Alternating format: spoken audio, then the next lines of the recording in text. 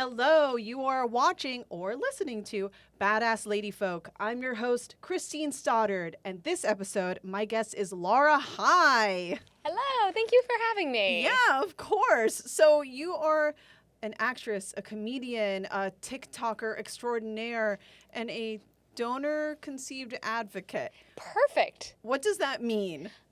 Absolutely. So I am a donor-conceived person, which means that I was conceived using sperm donation, and I actively advocate for donor-conceived rights in a much more fair, ethical, I would say family-centered and child-centered fertility industry / donor conception.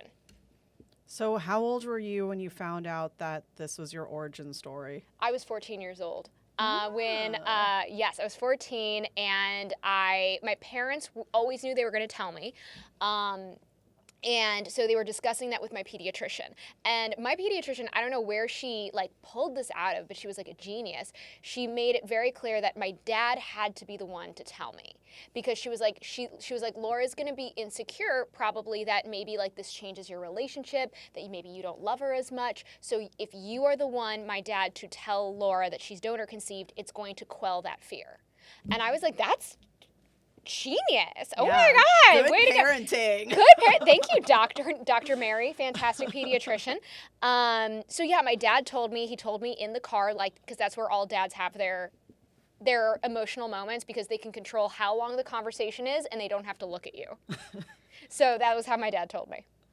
Yeah, and what was your initial reaction? Oh my God. Literally, in my head, I was trying to play it cool and just going oh my God. But in my head, I was like, I knew something was up. It was way too validating, because now I'm just no one may question me. Because I knew, and it's so common for donor conceived people to go I knew something was up. Was I switched at birth? Was I actually adopted? But I look just like my mom. This doesn't make sense. So for me, it was, I knew something. And it was a very validating experience for me. It made sense. All the pieces came into place, and my reaction was just boosting my ego up to a very unhealthy amount. Oh my God. So do you remember how old you were when you had the birds and the bees conversation?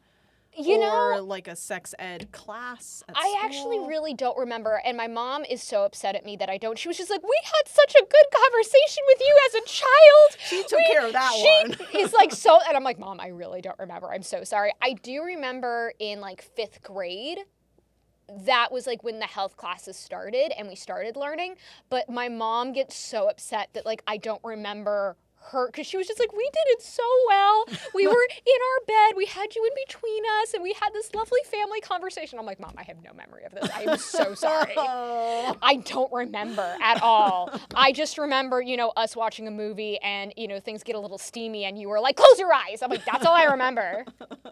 So. Wow. Yeah, they try their darndest. They try their darndest, and I'm like, I believe you. I just don't remember that for whatever reason. So I feel, but she swears up and down that she had the conversation somewhere when I was in elementary school. Yeah. I guess I'm just surprised you don't have some vivid memory of some other kid telling you something that maybe you had to run by a parent or teacher. I think I did. I think I had one of my best friends at the time had older brothers. Okay. So so there were little pieces of it. Yes, it's always the friend with the older siblings. But yeah, no, and I knew my parents they sort of rolled out information to me slowly. I remember in elementary school, they're like, yeah, we struggled with infertility.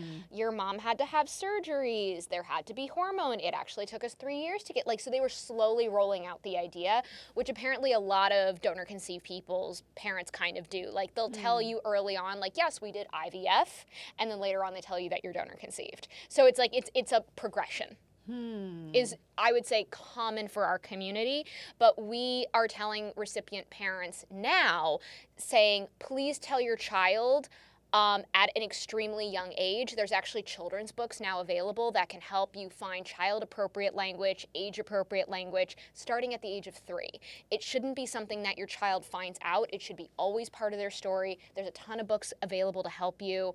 And we have found that the early discovery donor-conceived people, it's like night and day with how they view their donor conception versus donor-conceived people who found out at a later age. Mm-hmm. Wow. So what does an age-appropriate conversation with a 3-year-old about this look like? Oh my God, totally. I mean, there's a lot of, I would suggest the children's books. Yeah. But it's very much, and I would say, it depends on how you want to parent, because there are parents who are very much like, I want to use the scientific terms. I want to use penis, I want to use vagina, and like legit, that's totally cool to you.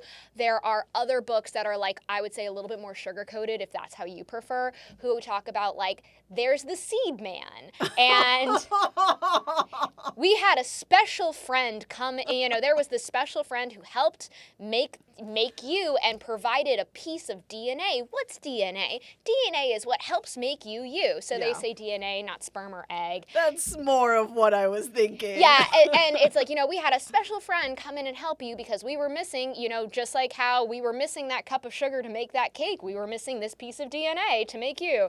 So I think that there's like, it's very extremely like, I would say sugar-coated language, but again, it depends on your parenting style, and everything's valid. So just finding the books that I would say reflect what you're comfortable with. Yeah. And they're everywhere. There's so many they have for if you are egg donor conceived, or if you are sperm donor conceived, whatever you like, you can easily find it. Yeah. So what do you think are the biggest misconceptions about donors?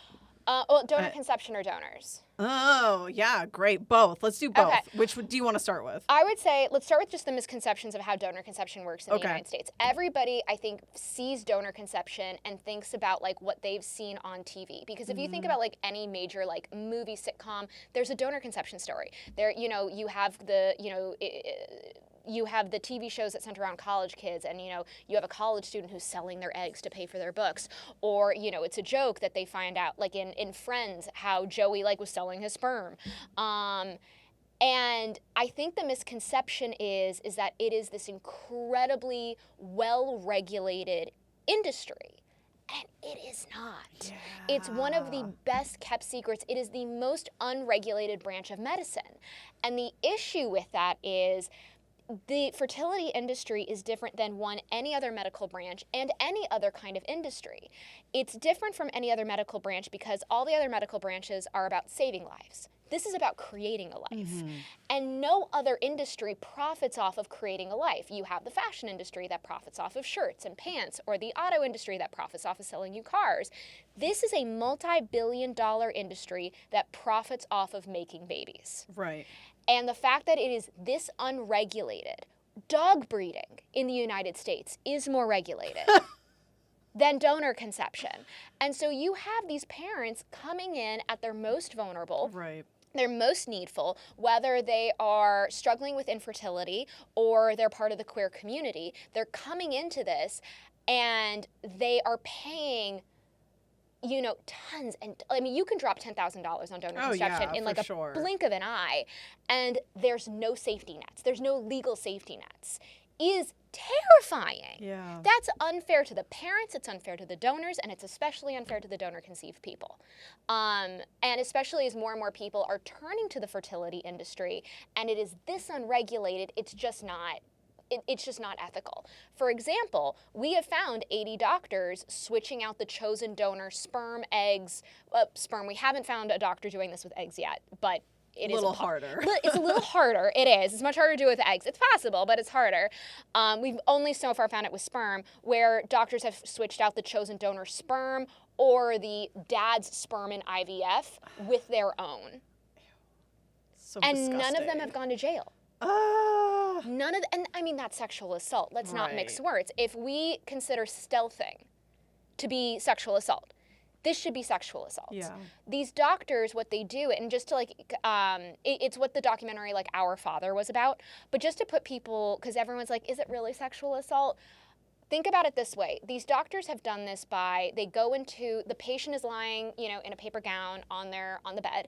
They are in their office. They masturbate. And in the state of arousal, go into the room and inseminate their sperm without that patient's consent. Ah! That's sexual assault. Yeah. Like, there's no way around this. And some of these none of the doctors have gone to jail. Many of them have faced no consequence, at most a slap on the wrist.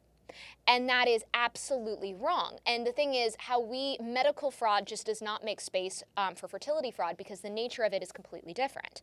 If you say, had a surgery and somebody left a sponge in you, you're going to find that out really fast. You might not find out you're a victim of fertility fraud for 30 years. Right. So it's a completely different thing. So we have to make space for fertility fraud, which is why we're fighting for H.R. 451, the federal fertility fraud legislation, which is bipartisan. It is absolutely supported by both Democrats, Republicans across the aisle, and this would criminalize fertility fraud and put in a 10-year statute of limitation upon finding out you're a victim. So that's really important. So that's one piece of it. Another piece that people don't realize is that there is no limit on how many babies can be made from one donor. Yes, and I definitely wanted to go into that because it seems like there's not a lot of, or in some cases, any communication between these banks, that there's not a well-kept file on an individual. Oh, yeah. Oh my God. That's so bizarre. If you line up 10 donor-conceived people and you ask them, where are your records? What medical history, what do you have in terms of your donor conception? Half of them will say the bank or the clinic said they burnt up in the fire. The doctor who made me, I called him when I was 19 years old and was like, do I have medical records, anything? Do I have a medical history? And he literally said, the bank went up in a fire, all the records are gone. What? And and it happens literally, this is a global phenomenon. Apparently there's this arsonist that is just torching the freaking cryobanks. Floods are another one. Apparently Katrina is used a lot as an excuse for taking out half of the fertility records. Wow. It's one of the most bizarre things that these banks and these clinics tell donor-conceived people. But yes. Can't argue with the acts of God, I guess. Can't argue. Oh my God. Can't argue with that. It's absolutely hysterical in the most dark humor sense of ways. But yeah, so in the United States, we don't have a cap, we don't have a family limit on how many babies can be made from one donor. Other countries do. For example, in the UK, they have what's called a 10-family limit, which means one donor is allowed to donate to 10 families. Each of those families is allowed to have as many kids as they want, so if they want 1, 2, 3, whatever it is, but it can only be within that 10-family bubble. In the United States, we don't have that. Oof. And we are the largest exporter of sperm worldwide. So we are pumping kids out like freaking Skittles. And we have created this massive risk of accidental incest. Yeah! Which has happened. Yes! And so this isn't something that just affects donor-conceived people. This affects everybody. Yeah. This drastically dilutes our gene pool.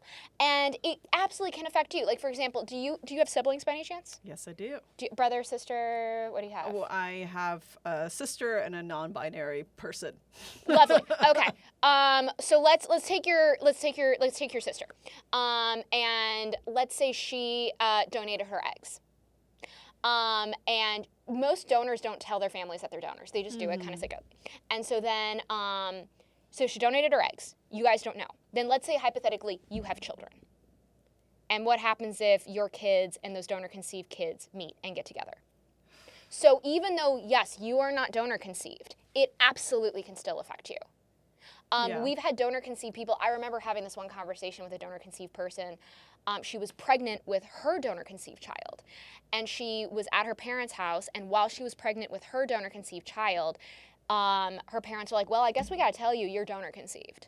And she found out that she purchased the sperm in the same city her parents purchased the sperm to make her. No. So she got terrified of, like, is it possible that I am impregnated with my own biological father's sperm? So there was that. Now, luckily, it didn't happen. Oh, my God. It didn't. But we also have had, there's a, if you look up the article, if you type in USA Today donor sibling pod, it's going to pop up. There's going to be an article about this 150-person sibling pod, and I'm really good friends with them. They're lovely, and they told me, and they're between the ages, the eldest is, I think, like 25, 26, 27. The youngest is 8 years old. And they said that their donor's sperm is still getting sold. And they said that they were able to call that cryobank and say, hey, I'm interested in this bloody blue donor number's sperm. Can I look at these vials? And they said, absolutely, let's set you up. So it is absolutely possible to do this, because sperm can be frozen for decades and still be viable if it's maintained properly. So you have all these donor-conceived people running around, having no idea who their siblings are, and also the banks are lying to the recipient parents about the sibling caps, because they typically tell the recipient parents, like, oh, we have a 25 family limit. We have a 25 family limit. But what they don't really tell the parents is, what they do tell the parents is you have to report the live birth. So that you have to report the pregnancy, so that we can then limit and cut down the amount of sperm we're selling. Even though they know over 30% of recipient parents do not report. They know this, yet they're not. Wait, why? A lot of parents just don't feel comfortable with reporting it. That just makes them feel uncomfortable, which I get. I understand. I think there's a lot of parents who, there's also parents, like, they forget. Because, pregnant, kind of a thing. Yeah. Pregnancy brain's a real thing. Like, I get it. I understand. That's not like... So I think it's like, if we know this doesn't work, then why are we doing this? But also, even when they initially put the sperm vials on the market, they oversell them over 25 families anyway. So it's like, they literally have set themselves up to fail, and also gaslight and blame the recipient parents, like, well, you didn't report that pregnancy, it's your fault, that's now why we have 100 kids. Okay, so let's get to the donors themselves. Why would somebody want to have dozens and dozens of children out there? So there's two answers to your question. One, I think a lot of donors do not understand that that's what's going to happen, because they're getting lied to as well. Cryobank's absolute favorite place to recruit donors, whether they are egg or sperm donors, are college campuses. They literally set up pop-up tents on college campuses. They go into lecture halls, which is incredibly predatory behavior. This is why we stopped credit card companies from doing this. This is wrong. And every single major cryobank does this. Like, your cryobank, I guarantee it does. People always ask me, how do I know if my cryobank is ethical or not? And I said, look at how they recruit donors. That will tell you everything you need to know. Look at the propaganda they sell. And so they're lying to these 19-year-olds. So one, a lot of these kids literally just don't know. Now, are there some donors who actually love the idea that I'm going to have 100 kids, I'm going to have an army? Yes, that does exist, and these people are, narcissists? Some of them are. I would say they have like a Genghis Khan complex. I think narcissism is absolutely on the table. I don't have any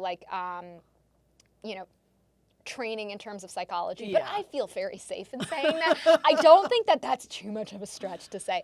But yeah, the fact that they think the world needs 100 of them, yes. Yeah, I think we're dealing with some narcissism. Also, there is a level with some of these, I would call them serial donors. I would also say there is a level of them just hating women. And this is a means of controlling women. And then for how many, are there studies about how poverty, just needing money, might factor into it? In terms of serial donors or just donors in general? Either. So whatever you know. Okay, so serial donors typically are not doing it for the money. They don't even really charge, because what you have a lot of these serial donors, like, yes, they donate at a bank sometimes. A lot of them donate through Facebook groups, and they don't charge. Through Facebook groups? Yes. Oh, one of the Facebook groups is like, it's like 40,000 members, and it's like it's a Facebook group in the United States dedicated to finding a freelance donor. And most of these guys don't charge. They're like, you have to pay for my travel, my hotel room. I mean, some of them maybe are like, give me $50, but like, that's it. It's not, but most of them don't charge. Most of them do not. It's not about money. It is about fulfilling this, I'm going to say, sick fantasy that they have. Yeah. Are there people who absolutely donate because, yeah, we want to, oh my God, I need to pay for books. I need to pay for my room and board. Oh my God, rent. That does absolutely happen. But what if you, and this would be the thing is, like, if you look at how donor recruitment works, how, like, we have donor recruitment ads that are literally pay for your spring break. Wow, that's messed up. Yeah. So I would say it's actively not targeting, I would say, people who are in poverty. Yeah. It's actively targeting, and their favorite places, sororities and fraternities. Places that are typically known for having money. Yeah. So I would say, yes, that's on the table, but that actively does not seem like what the cryobanks are aiming for. So when you were 19 and you made that phone call, what was your motivation and what were you hoping to find out? Sure. Medical history was a big one. I remember like talking about being like, I'm a sperm donor, baby, woohoo. And one of my friends was like, are you worried about like medical stuff? And I'm like, what do you mean? They're like, well, you know, like cancer, Alzheimer's, Parkinson's, all these things are genetic. And I was like, I didn't think about that. That's, oh yeah, that shit. Oh, oops. Maybe I can, all right. Because I've always had like some really weird medical issues. And so I called up and I was curious about who the guy was. There wasn't this longing of like, oh my God, I need a dad. I have my dad. My dad's great. But I was curious as to who the guy was, as I think anybody is. Or I should say it's totally normal to be curious about who a biological parent is. And so I called up the doctor, basically. I was like, look, I'd love to know who the donor is. I'd love to know medical history. Is there anything that I can genetically inherit? Is there a medical history? Am I predisposed to anything? And the doctor said it was an anonymous donor, so even if I knew the guy, I couldn't tell you. But your paperwork went up in a fire, but I can tell you that everything is fine. He's fine. You're perfectly healthy. You have nothing to worry about. And even at 19, I was like, this is bullshit. Right. I'm like, I know right now this is bullshit. I can tell this is bullshit. Yeah. God. And that's what inspired you to do what you do now? No, I sat with it for a while because one of the things that, so it came to me in layers. So what they told my parents were, because I was made, I'm 36, so I am considered an elder in my community now. I was made before parents were allowed to pick donors. Donor catalogs, like what they have now, does not exist. I didn't have a donor number, nothing. My parents were never given like any paperwork. Parents nowadays are given like this 20-page packet on the donor, except that entire packet could be completely full of lies because they don't have to verify any of the medical history that a donor hands in. We've had plenty of donors falsify medical history. So it's like that 20-page packet might be more useful as paper mache. Yeah. So even though I don't have paperwork, I'm not really missing much because literally that could just be nonsense. So what they said at the time, the clinic was like, we're going to match donors that match the dads as best we could between hair color, eye color, ethnic background. And my mom was like, I don't know why, but the clinic said our first priority that we have to match before anything else was religion. What? The 80s were weird, okay? And I'm like, look, I don't think religion really matters to guys jacking off in the cup for cash. I don't think so. But so my dad, Catholic, Irish and Scottish, and so that was what we were understood. And they were like, no, it has to match the dad. It has to match your dad. It has to. I get to, and I've been asked my entire life. It has been assumed my entire life. People have been asking me, so you're Jewish. So you're Jewish.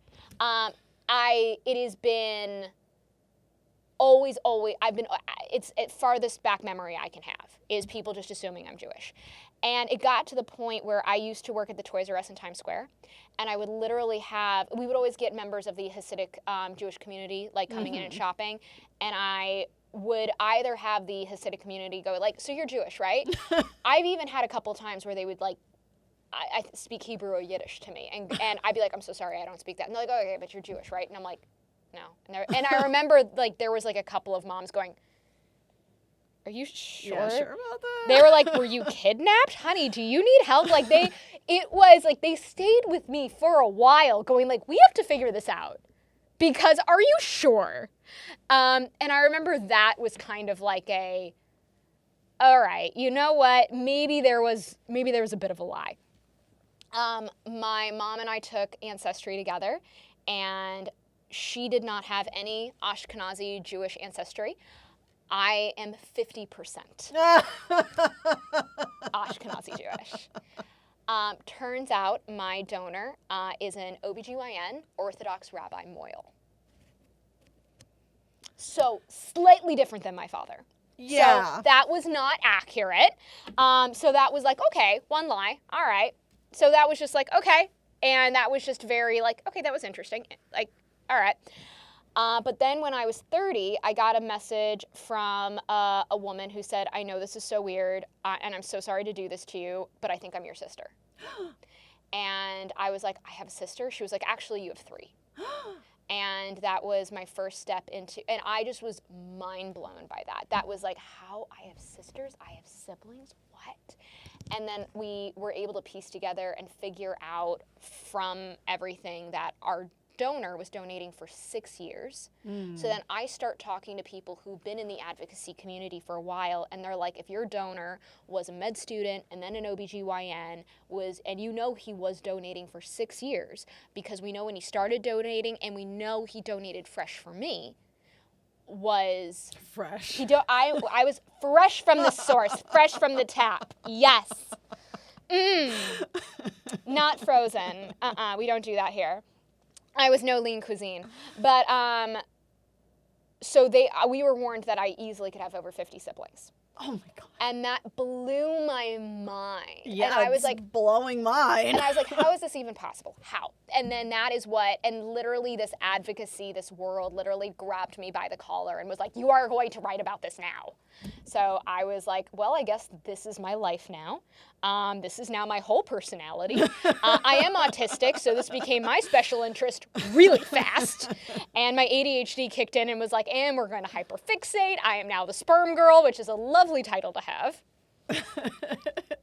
Okay, I hate to do this to you, but we are wrapping up. So do you have any rapid fire tips for people who might want to use a donor? 100%, absolutely. Because here's the thing, at the end of the day, I am a firm believer in reproductive care, reproductive health, and I want the fertility industry to exist. But the goal is we want it to be patient and child-centered. You're paying a shitload of money for something that they can easily lie about. So here are some great things to go into it. 1, use a known donor. Find a known donor from birth. That is somebody who could be your friend. It could be the non-genetic, if you are with a partner and getting whoever is going to be the non-genetic partner's like cousin, family member, great. Just ensure that you get an attorney that specializes in it. You follow the law to a letter. You do not deviate that to ensure that it is a legal donor conception. There are also places where you can get known donors. There are agencies, banks, and everything. One agency that I do a lot of advocacy work with is Seed Scout. They are queer-owned, small business. I love them to death. It's run by Paige and Danielle, two amazing, amazing women. Love them to death. They specialize in recruiting known donors as well. So that is one thing I believe. That way you have open contact for health updates, because that's the issue with anonymous and open ID at 18 donors is you are not getting updated medical history for your child, medical history, because when you donate at 19, usually you're very healthy. 10 years later, that donor could be diagnosed with a slew of genetic illnesses that you are not going to be able to get that knowledge, and that can put your child at drastic health. We've had donor-conceived people die because of this or get incredibly sick. So that is why that open contact is imperative. And also, if you have a known donor, then you are going to have a lot better contact in terms of how many kids are coming from that donor. You will know who the siblings are, so that child could actually have a relationship with those siblings if the child wants to. It's up to the kid. It might not interest the kid, and that's perfectly fine. This is not about forcing relationships on a kid. It's about giving a family options. Yeah. Well, Laura, we could talk about this all day. But that's my rapid fire. Yes, that is rapid fire. Thank you so much. Spew all the handles, everything. At Laura High Five. It is one simple handle, at easy. Laura High Five, HIGH. You also, my website, www.laurahighfive.com. FIV is spelled out. But if you want to learn more go into the nuance, follow me on TikTok, follow me on Instagram. You can follow me on Threads as well. Also, if you follow me on Instagram, that's where I announce all my stand-up shows. I've got a great show September 15th at the West Side Comedy Club at 8 o'clock, so please come and go there. I will be announcing some more road work coming up as well, so I should be traveling very shortly. Yay! That is all the time that we have, folks. Thank you so much for joining us on Badass Lady Folk. My name is Christine Stoddard. Tune in next time.